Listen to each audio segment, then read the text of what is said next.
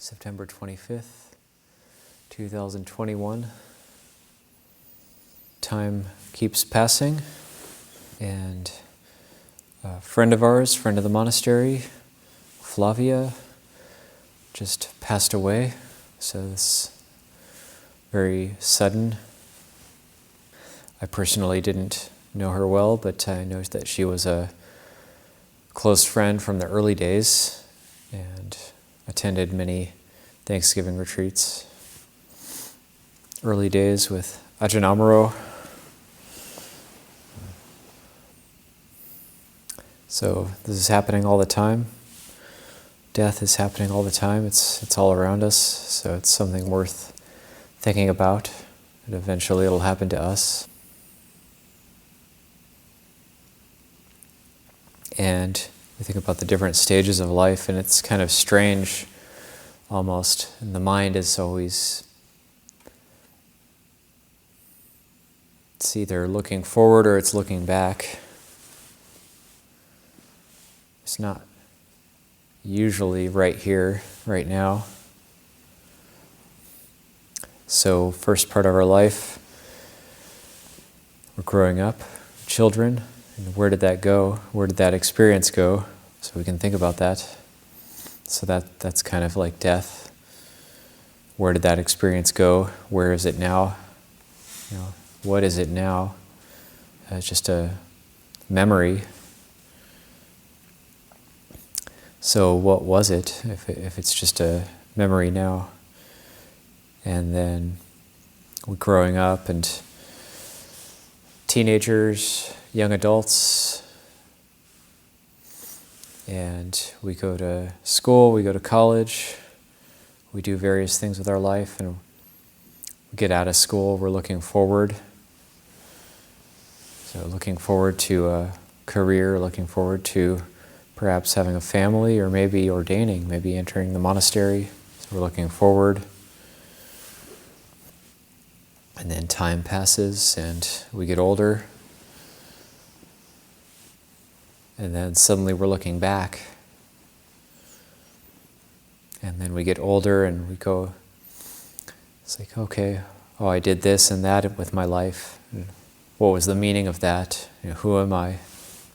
What kind of meaning has my life had? So we're looking back so we're looking forward for a long time, and then at a certain point we're looking back. What did I do with my life?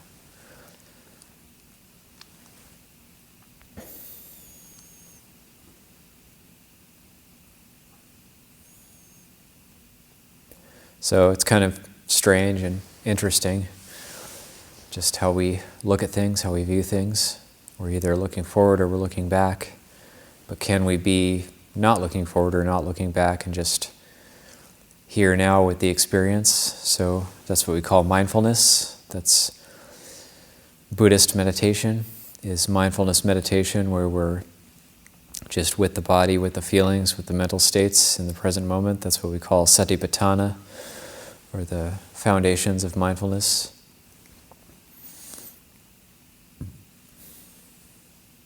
Just mindfulness of the body, here and now. And what's going on here and now? What was yesterday? What will tomorrow be? Yesterday is gone, so that's like death. So we're here now. There is awareness, there is consciousness, there is some sort of experience happening. But what is it? And what was it yesterday? It's all gone. Yet there's this inexorable flow through time. So me yesterday doesn't exist. Me tomorrow doesn't exist. So what is death? So that's a contemplation, that's a reflection. So death is here and now. So if me yesterday doesn't exist and me tomorrow doesn't exist, then what is death if death is off in the future, if death is tomorrow? Does that actually exist? So all there is here and now. And there's some sort of, if we look closely, there's some sort of unchanging quality to it. That quality of experience. So there's that unchanging quality. There's that ordinary quality that's always there. That quality of just awake, just experiencing. Just contact. What we chant with the funeral chanting, that's the Abhidhamma. It's really, in the Thai forest tradition, that's when you reflect on the Abhidhamma, is the funeral chanting. So it's just lists of different mental states, different qualities. Paticca Samuppada, that's the dependent origination. So contact, that's the contact, conditions, feeling, conditions, craving, conditions, clinging. So experience involves contact through the eye, contact through the ear, contact through the nose, contact through the tongue, contact through the body, contact through the mind as the sixth sense base of contact. So there's these 6 sense bases. That's how the Buddha divided up experience. 6 sense bases, and that's contact. And there's the 6 sense consciousnesses. That's the eye consciousness, ear consciousness, nose consciousness, tongue consciousness, body consciousness, mind consciousness. So there's the different modalities of experience, those different ways we can experience things.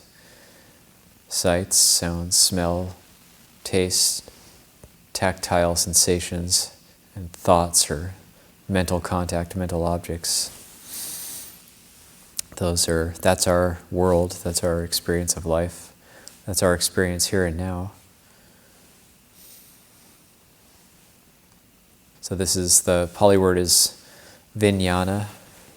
Vit means divided. Jnana means knowing. So it's vijnana, or what we translate as consciousness, is divided knowing. It's knowing going out the eye, knowing going out the ear, and so on. So the knowing, that core of experience is then getting divided up, and it goes out in various ways. So I think it's interesting that we chant the Abhidhamma. We chant the Abhidhamma at a funeral chanting. Really the only time we do it. So the vijnana, divided knowing, chopped up knowing, conditioned knowing. It's going out. It's going out in various ways. So this is what we call the outflows. The attention, that factor of attention is going out in various ways.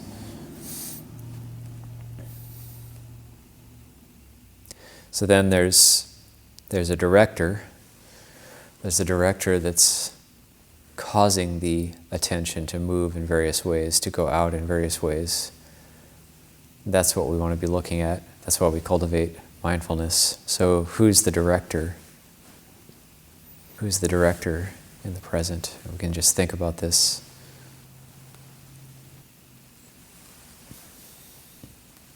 Who's the director directing the eyes to want to look at beautiful sights and not look at unbeautiful sights? Who's the director that is directing the ear to listen to certain sounds and not listen to other sounds? Who's the director directing the attention to the nose, to the smells, smelling certain things, or having attention in the sense of smell? What's that directing the attention to the sense of taste when we're eating, tasting, wanting to taste good things, not wanting to taste bad things? what's directing the attention in that way? The body, tactile sensations, wanting to be comfortable, not wanting pain, wanting pleasure, not wanting unpleasant contact, the body. So what's that contact with the body, that attention being directed toward bodily contact? Or mind contact, which is good ideas, wanting to have good thoughts, not wanting to have bad thoughts. So just in the words I'm using, it's obvious, it's wanting, it's tanha. That's what the Buddha talks about in the core teaching of Buddhism, which is the Four Noble Truths, that tanha, paccaya, upadana, that's craving conditions, clinging conditions, becoming conditions, birth conditions, death and suffering. And then also the Four Noble Truths is chanted in the funeral chanting that we did. It's the dukkha, arya satchang, the noble truth of dukkha, samudaya, dukkha samudayo, the cause of dukkha, nirodha, the cessation of dukkha, and magga, the path leading to the cessation of dukkha, the Noble Eightfold Path. So that was also chanted. That was chanted just before the Paticca Samuppada, or the dependent origination, was chanted.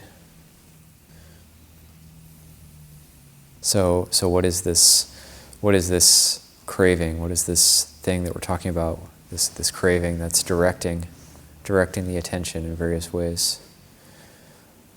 Directing the attention and then directing the intention.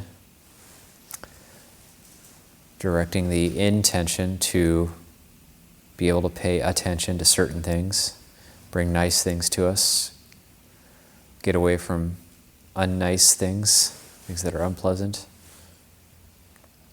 And that creates what we call kamma, or more commonly known as karma, intentional action. And then that has results. And when we do unskillful, unwholesome things to get what we want, that brings harm to ourselves or others, that's what we call bad karma. And when we do wholesome or good things, intentional actions, wholesome, skillful, helpful intentional actions of body, speech, and mind, that's what we call good karma. And when we create good karma, that results in happiness and well-being. And when we create bad karma, that results in unpleasantness and suffering.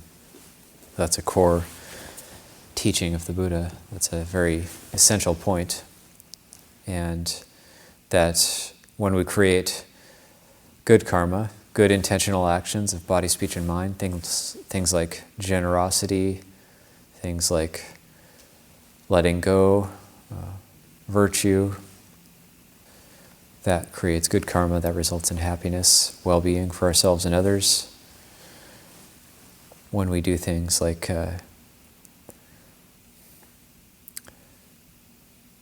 stealing from others or not being honest with our speech, that's unwholesome karma. So like that results in dissatisfaction and suffering. Yet we're always why would we ever create bad karma if it leads to suffering? Why would we ever do that? And that's because there's a factor that the Buddha talked about in the mind called avijja, or ignorance. It's the root of all suffering. Because there's this ignorance there, this not seeing, not knowing the true nature of things, that sense of ignorance, then there's a misunderstanding of sorts, and we keep doing things that we think are going to lead to our happiness. So everything we do, we have some sense that it's going to lead to more well-being and a lessening of suffering, but it's misguided, so it actually leads to more suffering and a lessening of well-being. So that's the issue, that's the problem. That's why we come here to study and practice, so that we can learn about what's right, what's wrong, what's wholesome, what's unwholesome, what's skillful, what's unskillful. And knowing what's right and wrong, knowing what's skillful and unskillful, knowing what's going to lead to our well-being and happiness, and what is going to lead to our calamity and suffering, that's called panya, that's wisdom, discernment. So you hear this phrase that the Kruba Ajahns in Thailand like to use, satipanya. You hear that phrase all the time, satipanya or sati sampajanya. Those are related. Those are different types of anya.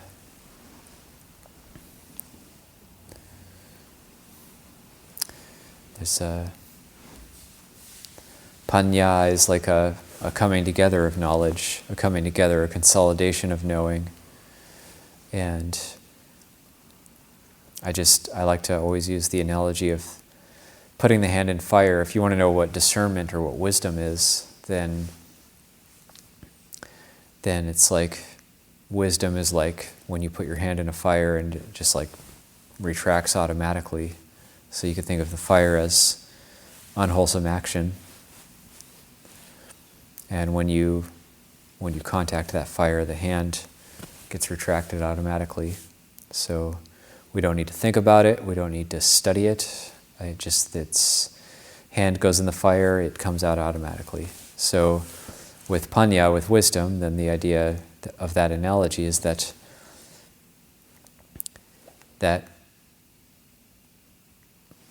if there's something that's going to be a cause for suffering, so when we see clearly, if we find ourselves doing an intentional action which is going to lead to suffering, mind retracts immediately. It can't do it, because it doesn't want suffering. Nobody wants suffering.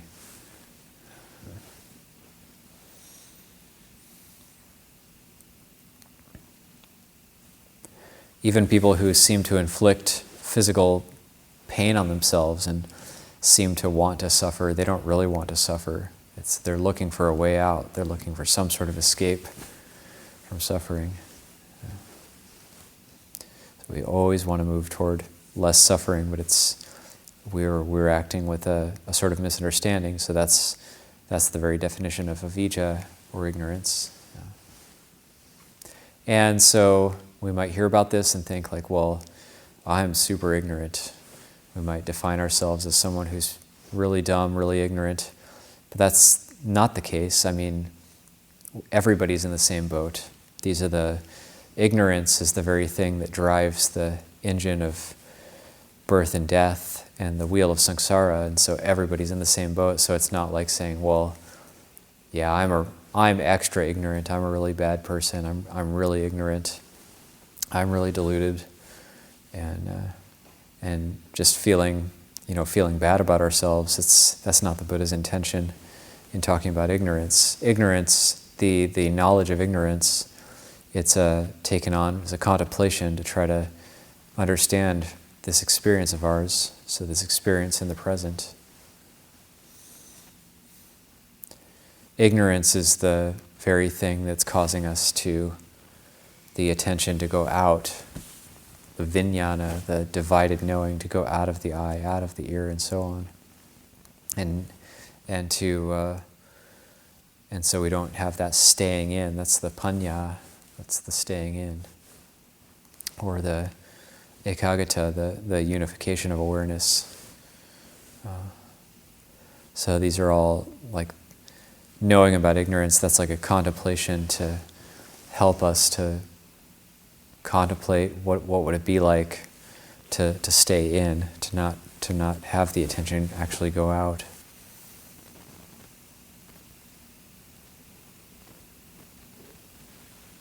There was a Tibetan teacher that we got the opportunity to go and pay respects to when I was in Anagarika. First got to pay respects to him at that time up at a Tibetan center up north in Leggett, and Choki Nyima Rinpoche, and got to meet him again more recently, and I believe it was July 2nd, 2019.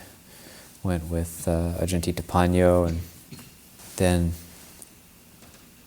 I believe it was Anagarika Josh, now Tanyasa.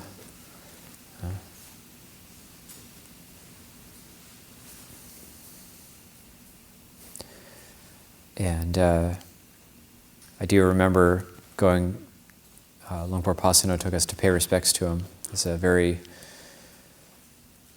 highly regarded, highly respected Rinpoche, and he was, I was kind of taken with him, and then he gave us this teaching of the immediacy of the Dhamma, and that one of the problems is, so we use these epithets of the Dhamma or these descriptions of the Dhamma in our chanting. So like, it's like apparent here and now. Sanditiko is apparent here and now. And one of the problems with the reason we don't see the Dhamma is it's too apparent here and now. Like it's too immediate, it's too here, it's too present. We're always looking past it. We're always looking out, we're always looking past it. We're always overstepping the mark, we're always going too far. So that there's this radical coming back in and being here, seeing that we are the Dhamma, we are the living Dhamma, that it's this body that's in this flow of time. That's the immediacy of the Dhamma. But because of ignorance, then it complicates things, and we end up going out. Or it's like this one great Ajahn named Luangpur Dun said, like, somebody asked him, how do you practice? What's the essence of practice? And he just said, just stay in. Just don't go out. Just stay in.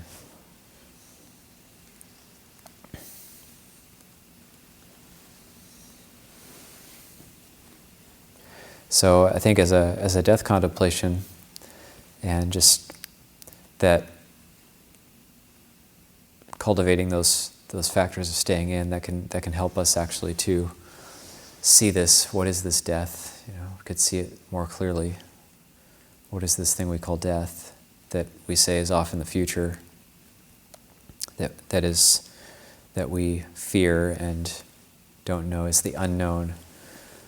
There's one interesting word in this Vipassana Bhumi Gata chant that we do in the funeral chanting, is the one that's kind of hard to memorize and pronounce. It's the Ananyata Nya Sami Tindriyang. It's knowing, it's knowledge of the unknown. It's the knowing the not knowing. Ananyata Nyasa Mi Tindriyang. So there's this sense of not knowing. Death is the unknown. So there's this fear of it. It's a fear of the unknown. What is it? I want to know what it is. I want to know what's going to happen. Whether I want to know that it's rebirth. I want to know where I'm going to be reborn. I want to know that it's not rebirth. I want to believe in it. I want to not believe in it. So there's this idea of trying to pin death down, trying to explain death. But it's the unknown. In an ultimate sense, it's the unknown. That's what death is, here and now. It's the unknown. So there's this knowing the unknown. It's actually a factor in the Abhidhamma, Ananyata Nya. It's a really interesting one that they actually have a word for it. Mindfulness of the unknown, knowledge of the unknown. Remember Ajahn Ñāṇiko visiting here and talking about that. I'll leave that as a reflection this evening.